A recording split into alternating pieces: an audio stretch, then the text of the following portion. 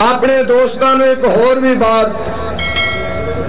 کرنا چاہنا کہ جڑے حضرات میرے نال ٹیلی فون تے بار بار علامے کٹ دینے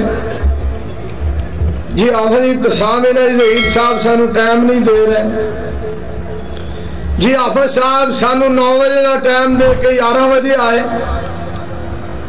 جی آفت صاحب نے کبھی رابطہ نہیں کیتا، جی آفت صاحب بہت گھٹ ملتے نے،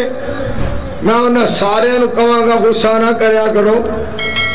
تانوں اج ایک ایہو جی گل سنا دیا تسی امید ہے کدی بھی غصہ نہیں کرو۔ میں تے حافظ صاحب تے حافظ عبدالرحیم الدانی صاحب بیٹھے سا،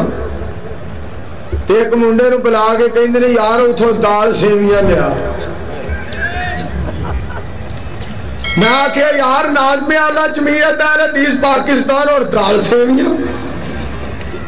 اور بیٹھے کتھے ہو، بعد ہی کھا لیا جی،